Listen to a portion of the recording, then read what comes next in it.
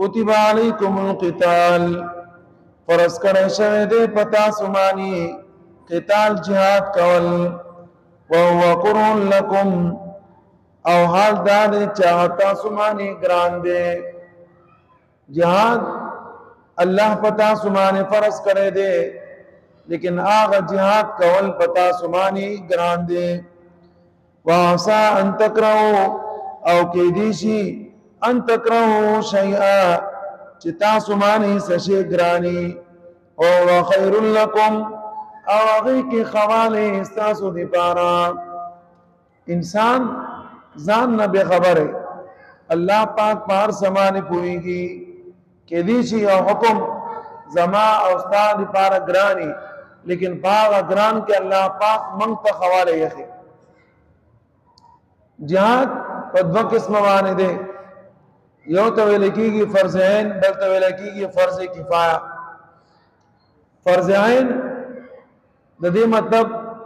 هغه هر یو سره چې پاغه معنی د دې ادایګي ضروری ده یو سره دینا باید نه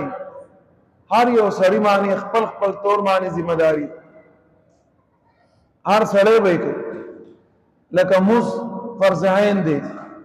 او ما باندې ځان له فرض دی پتا باندې ځان له فرض دی او بل یو مسلمان باندې ځان له فرض او زنانه باندې ځان له فرض استامو زنشم کوله زما مستن شي کوله دې ته ویل کېږي فرض عین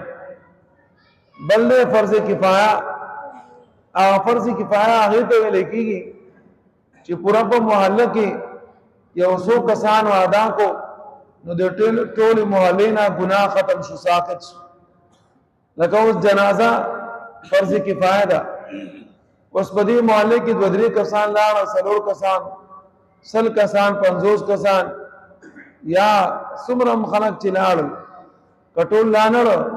څه کسان لاړ جنازه وکړه باقی خلق دی ګنا نه ختم شو هغه معنی ګنا نه راځي ول جدي جنازه ادا کړه دي ته ویل کېږي فرض کفایه دا جهاد په دوه قسمونو باندې راځي کله دا جهاد فرض عین شي کله دا جهاد فرض کفایه شي د دې صورت دا شانی چې ستاسو ملک نه علاوه په بل ملک کې کافرانو په مسلمانانو باندې حمله وکړه نو تامانه جهاد فرض کفایه ده ستاسو ملک نه یو ټوله لا یو جماعت لا او هغه سره غلطه مقابله کوي jihad کوي نو پورا پاکستان باندې بیا ګناه بنئ او که صورتحال دا شي چې دا پاکستان او د هندستان جګړه شي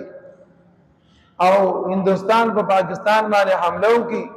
د پاکستان په هر یو قسم باندې jihad په فرض دي ته ویل کېږي فرض عین بیا دین سو بار نه دي یادا آسان اسرائیل کله کله څنګهونو چدي را چدي او هغه هندستان سره میراو شي او پاکستان باندې حمله وکړي نو په هر یو قسم باندې بیا jihad فرض دي ته ویل کېږي فرض عین دا فرض عین شي په دې کې بیا د پلار نه بدا پوس نه کوي دې کې بیا مشر نه او قسم نه پوس نه کوي بس بیا په دې کې درز او غرب دي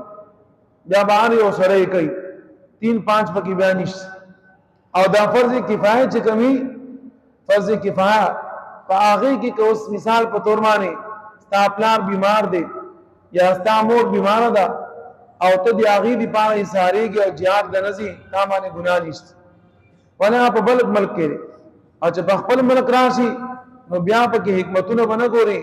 چې نا منګله خو په قرار خبره کول پکار دی پلانې دی ډینګې دا باندې کوي بیا 3-5 پکې نه چلیږي بیا درز او غرب بیا ځان تیاروي